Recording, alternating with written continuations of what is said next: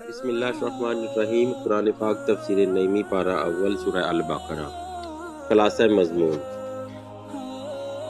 اس آیت کریمہ کا مضمون یہ ہے کہ اے نبی پاک صلی اللہ علیہ وسلم، آپ ان کفار کی ہٹ درمی سے رنجیدہ نہ ہوں اور نہ ان کے ایمان لانے کی امید رکھیں، کیونکہ ایمان لانے کی دو ہی صورتیں ہوتی ہیں۔ ایک یہ کہ اس کا دل صحیح اور وہ خود بخود حق تعالیٰ کی قدرت کی نشانیوں اور نبی کے معجزات کو دیکھ کر ایمان لے آئے۔ دوسرے یہ کہ اس کو خود تو عقل نہ ہو لیکن دوسرے کے سمجھانے اور بتانے سے ایمان قبول کرے۔ یہ کفار ان دونوں چیزوں سے محروم ہیں، کیونکہ ان کی ضد اور ہٹ درمی نے ان کے دل کو اس قابل نہ رکھا کہ اس سے کوئی صحیح بات سوچ سمجھ سکیں، اور کان اور آنکھوں کو ایسا معطل کر دیا کہ جن سے وہ حق کی آواز سنتے نہیں اور حق کی آیات دیکھتے نہیں۔ چونکہ ایمان لانے کے سارے اسباب ان کے لیے ختم ہو چکے، اس لیے آپ ان کے ایمان کی امید نہ فرمائیں۔ اور یہ بھی ہے کہ دل ایمان کا مکان اور آنکھ کان ایمان کے راستے، جب راستے بھی بند ہو چکے اور مکان بھی ایمان کے آنے کے لائق نہ رہا تو اب انہیں ایمان کیوں کر میسر ہو۔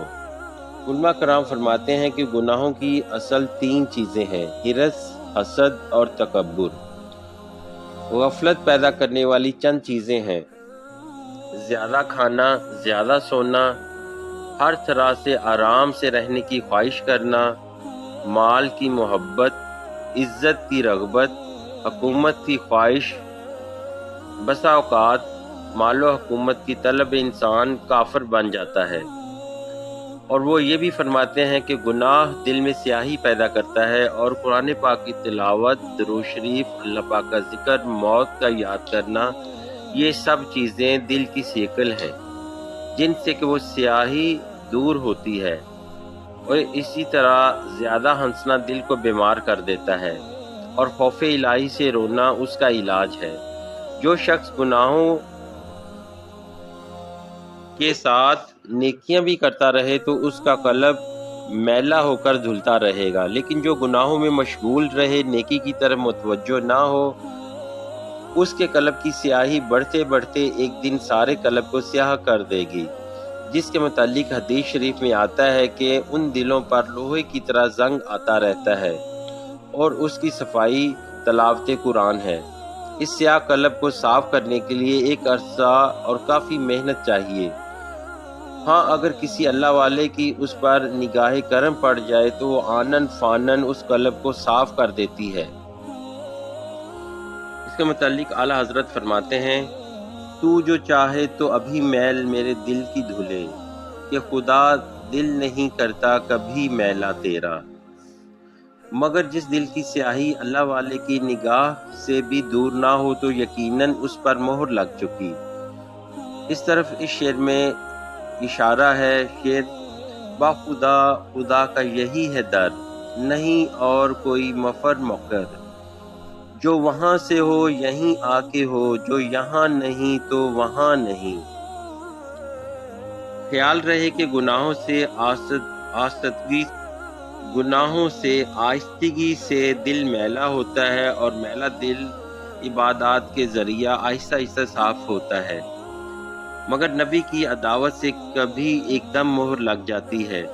شیطان کے دل پر حضرت آدم علیہ السلام کے بغض سے اچانک مہر لگ گئی، اور موسیٰ علیہ السلام کے جادوگروں کا میلا دل نگاہ کلیمی سے اچانک اجلا ہو گیا۔ معلوم ہوا کہ عداوت نبی بدترین کفر ہے اور نگاہ ولی بہترین نعمت ہے۔ تفسیر صوفیانہ۔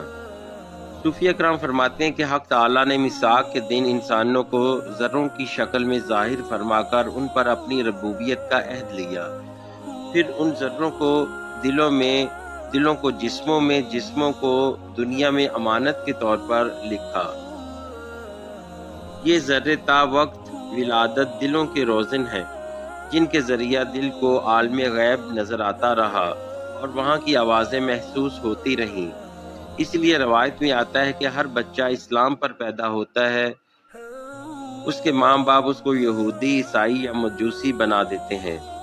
جب ہوش سنبھال کر انسان بری صحبتوں میں بیٹھا آہستہ آہستہ روزن بند ہوتے گئے، یہاں تک کہ اب کھلنے کے قابل نہ رہے۔ اسی حالت کا اس آیت میں بیان ہے۔ اب اس شخص کے پاس بصارت رہ گئی، بصیرت نہ رہی۔ ایک بزرگ نے فرمایا کہ جو مجھے دیکھ لے وہ جنتی ہو جائے۔ معترض نے اعتراض کیا کہ ابو جہل تو رسول اللہ صلی اللہ علیہ وآلہ وسلم کو دیکھ کر جنتی نہ بنا، لوگ آپ کو دیکھ کر جنتی بن جائیں۔ انہوں نے جواب دیا، قسم رب کی، ابو جہل نے محمد الرسول اللہ صلی اللہ علیہ وسلم کو نہ دیکھا بلکہ محمد ابن عبداللہ کو دیکھا۔